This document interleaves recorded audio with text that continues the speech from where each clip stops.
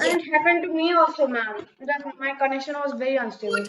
I don't. Good morning, class 7. I started the class just within 1 minute, so I was just seeing that I was going to screen share, and the full screen froze, and it was showing that Zoom is having some problems.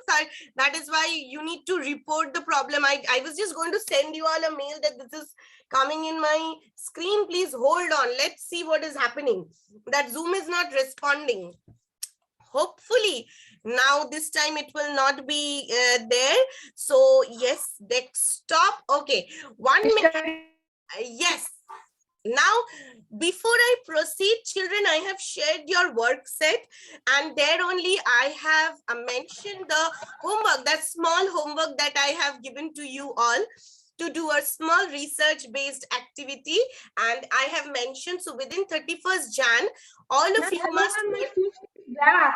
I can't see anything. Fully black. see anything. Yes, ma'am. We Okay. can. Ma'am, in us it's okay. Okay, the if you can't see, And it froze, don't ma'am. worry. It is already uploaded in Vicon in the January-February folder. So if you open the January to February folder, you will automatically get to see this. It is there.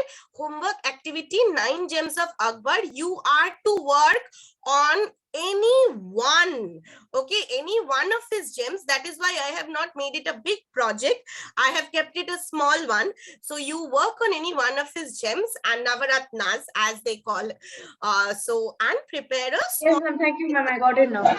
Okay, prepare a small presentation, and I have mentioned that after this, towards the end, you people will be having a written assessment again.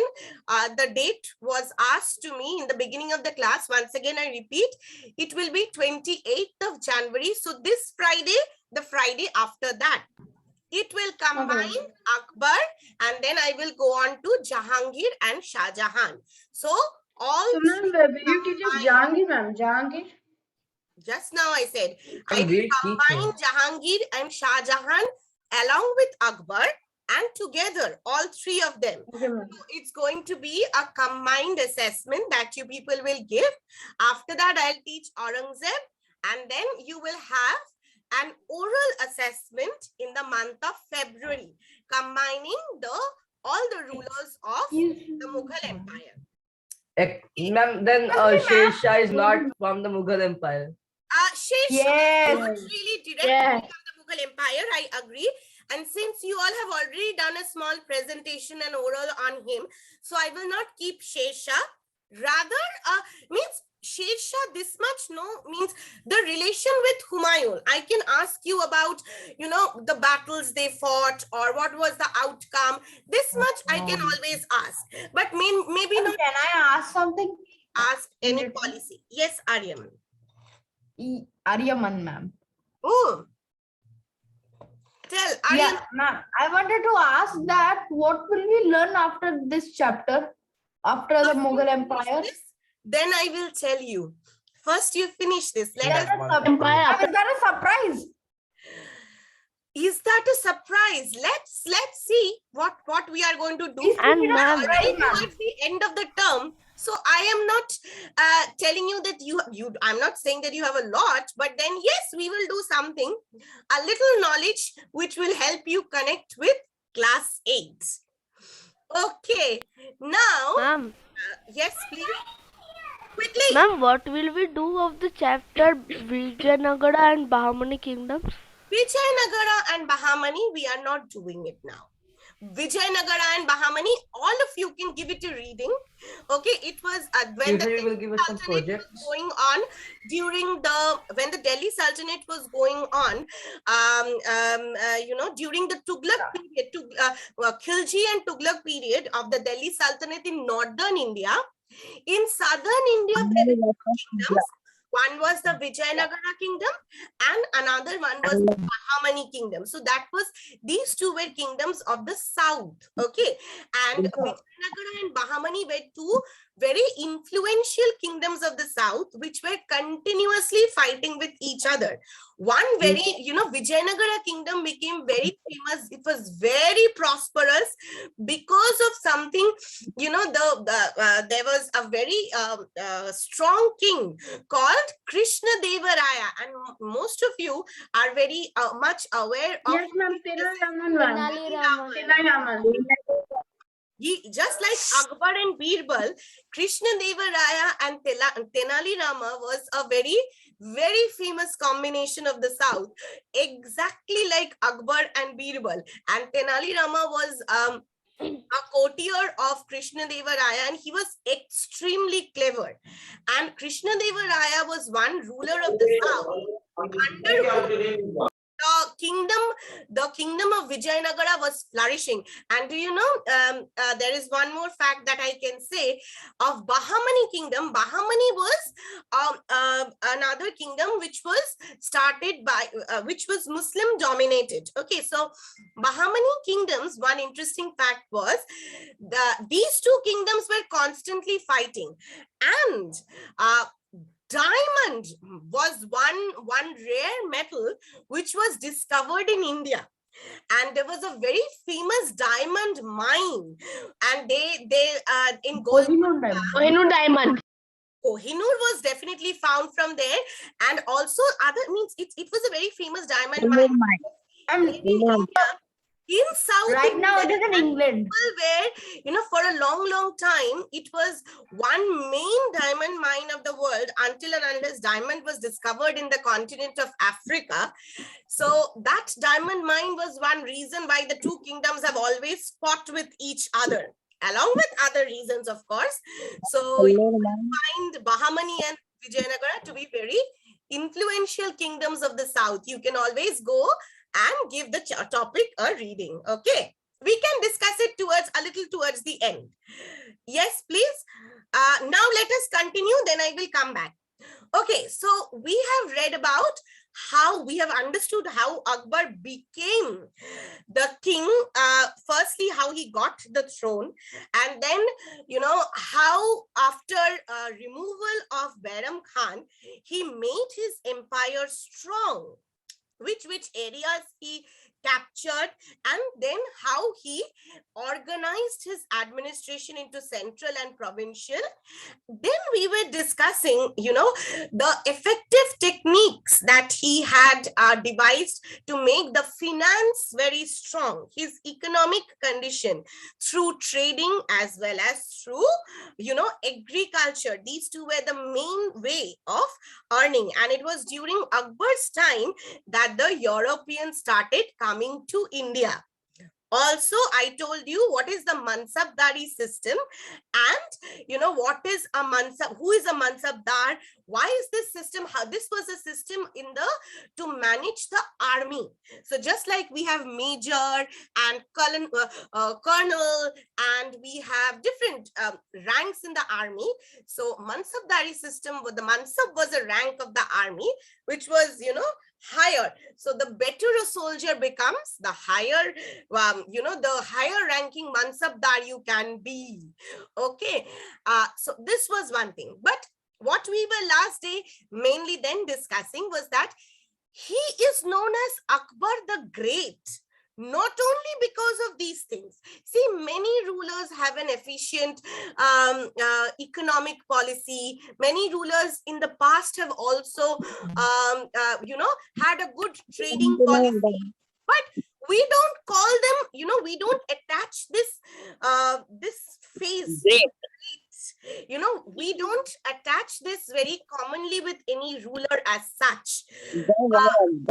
Yes, but we have given him this phase because not only because of his contributions as a ruler in the field of economic development and financial gains and all, but also his cultural contributions and his progressive mindset.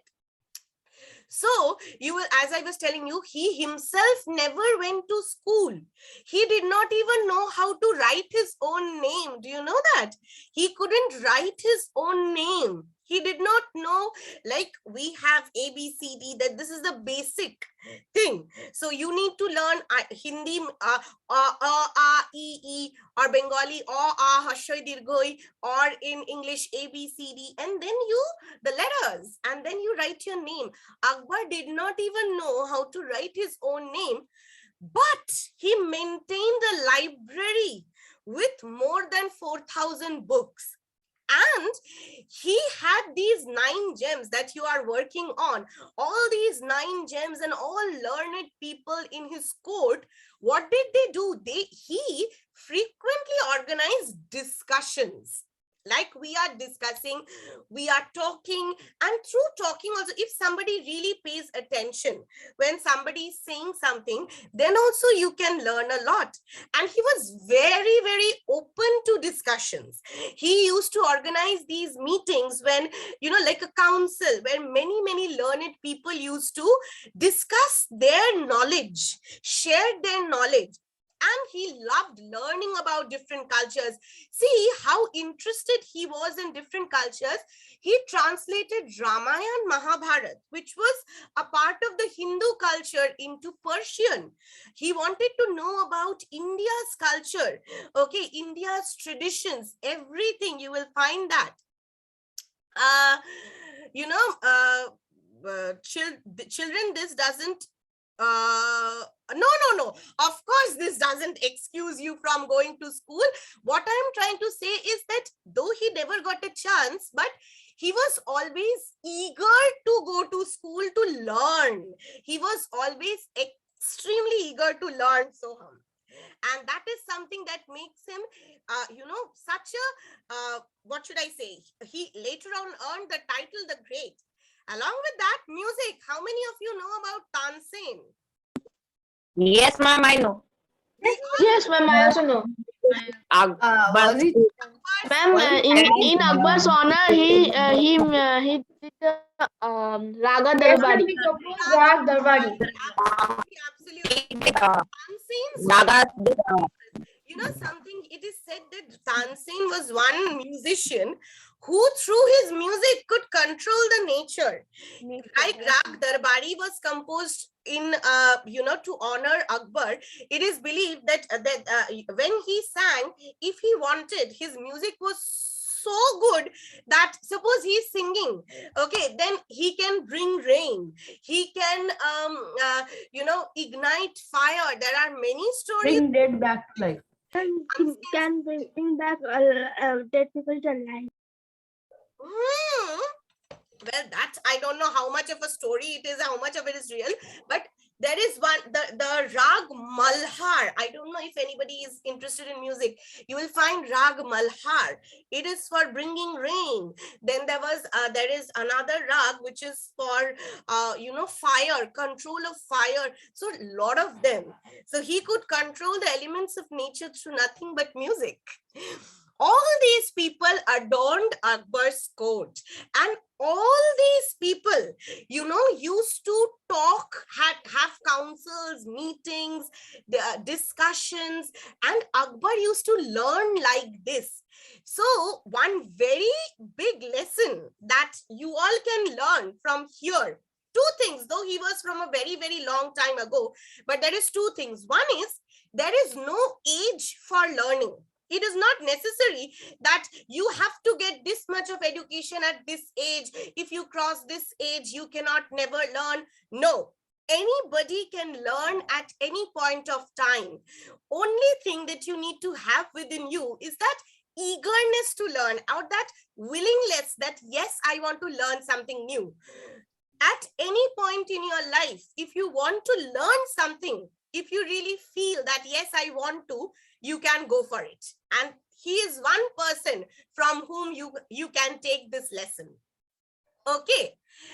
Now, along with that, I told you, he was extremely interested in art and architecture, and during his time, the buildings that were built, they were mostly of red sandstone.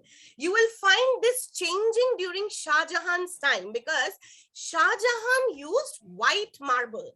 So then the Taj Mahal and all were of white marble, but till then, red sandstone in Agra region, the concept of red sandstone, the availability of red sandstone was quite high. And all these buildings, they were a mixture of Persian style as well as Indian style. You know, they had these arch-shaped domes and arch gateways, but then small Indian structures were also there. So it was a mixture. The Mughal architecture was truly a mixture of Indian and Persian, also Central Asian type. Two very important places that he built, one is Fatehpur Sikri and one is Agra Fort. Okay, one day, wait, let me, I don't have it here. Ma'am, can you please show the names of the important buildings he made again? Fatehpur Sikri. Yes, ma'am. Thank you. Okay, Fatehpur Sikri and Agra Fort. I have visited both these places. Both of them are in Agra. From the Agra Fort, you know, this is another thing which is very interesting that you can note. So I can show, one day I'll try to, my pictures are kept in my hard disk, so I'll bring it. In Agra Fort, when Aurangzeb, this is a small story, when Aurangzeb was trying to become the ruler, Aurangzeb had two elder brothers. He was fighting against his father also. And his elder brothers also on the other hand. So Aurangzeb wanted the power. Yes, okay, he captured Shah Jahan. Yes, ma'am, he imprisoned Shah And Jahan. neither did Shah Jahan declare him the ruler. So if you ever visit Agra Fort, so our tourist guide, he took us all around and he was showing us and he was telling us that Shah Jahan, when he became old, he was captured in the Agra Fort. And he was kept in such a room, he wished that he wanted to see the Taj Mahal from there. It was his only wish, that his only motivation was to see the Taj Mahal. So there's a place in Agra Fort where his room was. So there are small gaps like this. And through those gaps from Agra Fort, you can see the Taj Mahal, this small, far away, but a beautiful structure. People love taking pictures from there. So it's like those small gaps. And Shah Jahan, in his, when he was captured and kept there, he used to look at the Taj Mahal and spend his days, his last days. He used to look at it from the Agra Fort. And he used to miss his, of course, his wife, he wanted to build another black Taj Mahal for himself, but that became possible. Okay. So can I say something? Yes, please. Ma'am, Aurangzeb had another brother, younger brother, who escaped to Burma. Aurangzeb killed mainly his two elder brothers. His younger He ones. also tried to kill his younger brother. Okay. I mean, tried Ma'am, may I say something? and failed. Yes, Kavya. Ma'am, actually, when I was in 5th grade, me and in my older school, we had gone on like a very long, around a week-long trip to Agra. So there we had seen the Agra Fort and the Taj Mahal. And in Agra Fort, our guide had told us about the story of how Shah Jahan was kept prisoner by his own son. Exactly. Isn't it beautiful? You would see that it's actually Agra Fort. If you visit, it's beautiful. There is Jodhabai Palace and everything. Fatehpur Sikri also. One thing about Fatehpur Sikri, I'll tell you. Just hold. Let us go a little more ahead. Now, I told you, mixing with so many people of so many different cultures made Akbar have a very broad viewpoint. He was very progressive in his mindset. So starting from child marriage to sati, he as a ruler so many years back, this is again, why is education important? I told you 2 lessons we can learn from him. One is definitely there is no age to learning. And secondly, which is very important, is when you mix with people, when you listen to people of other cultures, be open. be open to listening to others' viewpoint as well, because when you do so, you get to learn many things, and then you don't say that I am the best or my thing is always the good and other is bad. It opens up, it broadens your viewpoint, and that's what happened with him. He had a very broad viewpoint, hence he tried to fight against social evils. A very big reason we can really call him Akbar the Great. Also, you see, he tried to bring India under his empire. He wanted unity and not division in his empire. So very, very importantly, he removed the things that created religious divisions in India. He supported people from different religions, and he treated them equally. So what he did was he removed the jizya, a tax that was there from such a long time. It always created a division between the Hindus and the Muslims.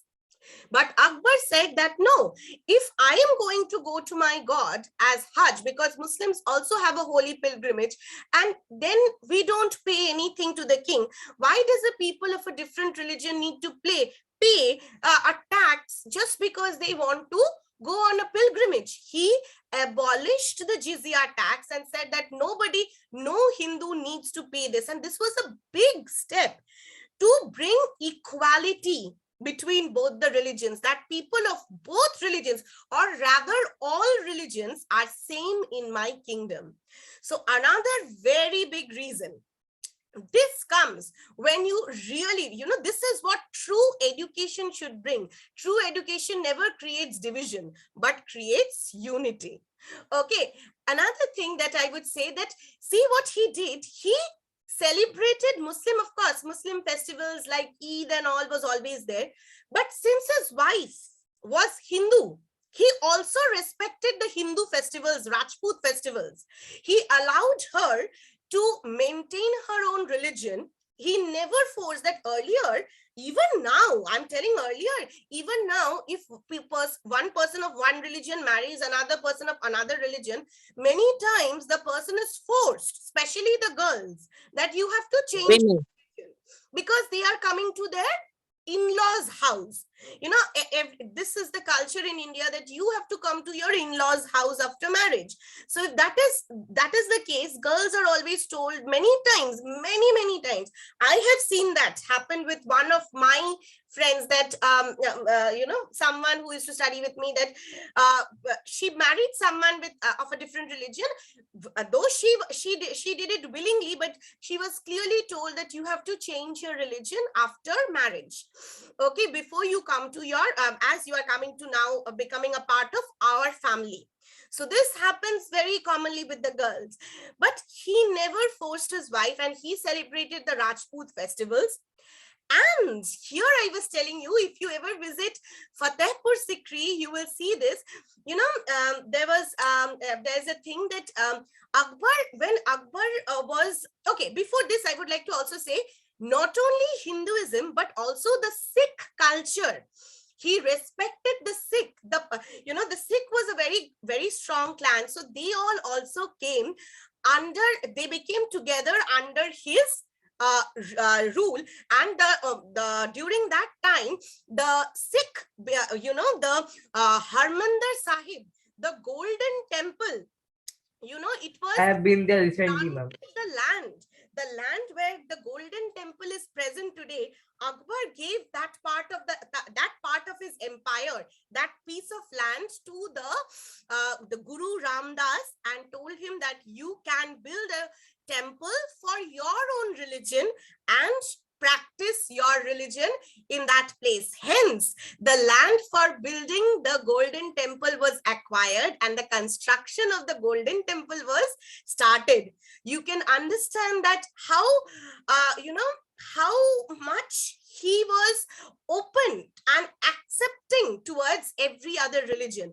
So in Fatehpur Sikri, if you go, there are two things to be very that you can observe. One is there's an Ibadat Khana. There's actually a place where he allowed people of every religion to come and pray. Not necessary you have to be Muslim for you have to come there and pray. People of every religion can come there and pray. It was open to discussions, to prayers, everything. And in Fatehpur Sikri, so there's a small golden type of small white tomb. So it is said that when Akbar had 3 main wives, and but he was not having any child of his own. He was not having any child of his own. So he was very disturbed that such a big empire, what will happen to my big empire? Who will I pass it to? He was really not having any children. So, he was praying, he was doing this, that, he did not know what to do. Finally, one person told him, so there is a very holy sheikh, okay, so if you go to this person, he's a religious leader.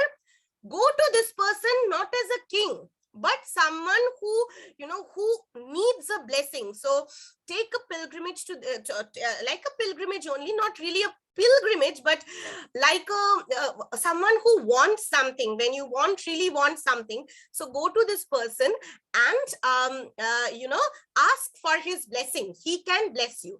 His name was Sheikh Salim Chisti. Sheikh Salim Chisti, he was a very big religious leader. So Akbar, just like anybody would go to a temple in spite of being a king, very simply he walked through all the way and went to visit Sheikh Salim Chisti and said that I'm not having any child, so I need someone who would be the heir to the throne. I need an heir to the throne. So Sheikh Salim Chisti blessed Akbar and said that you would have a son very soon, and he will also be a good ruler. So I am blessing you. So Sheikh Salim Chisti, after that, really, so Jodha Bai was going to be a mother. Very soon, he came to know that Jodha Bai was going to be a mother, and his son was born, and he named his Was son named after Salim as well. Salim, after Sheikh Salim Chisti. So Jahangir's real name was Salim. Okay, he was originally called Salim. And if you visit Fatehpur Sikri, so when Sheikh Salim Chisti died, his tomb is there inside Fatehpur Sikri. Till now, many people who go there, so they give you one chadar and one thread and all. So it is believed that if you have any wish, you go and tie that thread on the walls of his tomb and all. So you tie that thread and your wish may come true. So these Ma'am, yes, please. Better than the lamp full of let me say. What? 1 minute. Aryaman, finish. problem with you. 1 minute. Why are Yes, you ma'am. talking to